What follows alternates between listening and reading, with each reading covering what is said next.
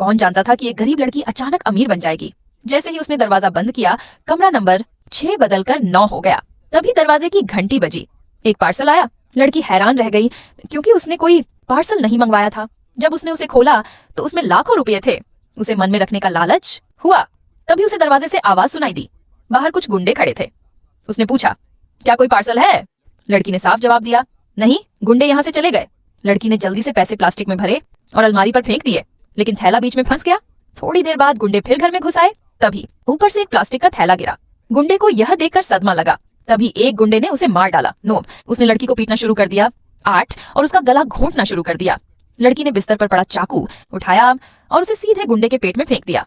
लड़की ने पैसे लेकर भागने की सोची, लेकिन तभी उसे एहसास हुआ कि उसे शव को दफनाना पड़ेगा। जब वह दरवाजे के पास पहुंची तो उसने देखा कि उसका कमरा नंबर 6 अब 9 में बदल गया है। वह तुरंत अंदर आई और चाकू को अच्छी तरह से धोया।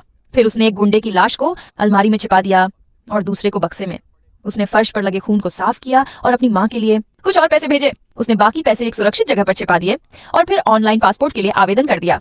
लेकिन भागना इतना आसान नहीं था।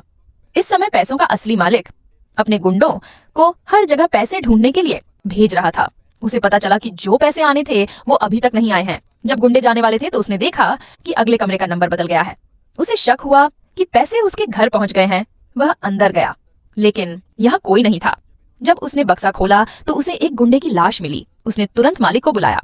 उसे एक गुंडे की लाश मिली जिसे तुमने भेजा था, लेकिन उसे दूसरा नहीं मिला। मालिक ने उसे बुलाना शुरू किया। तभी अलमारी खुली और दूसरी लाश बाहर आ गई। मालिक के फोन पर कॉल आ रही थी। मालिक ने कहा, पता लगाओ इसे किसने मारा। तभी उसने दीवार पर एक आईडी टंगी देखी जिस पर एक लड़की की फोटो थी।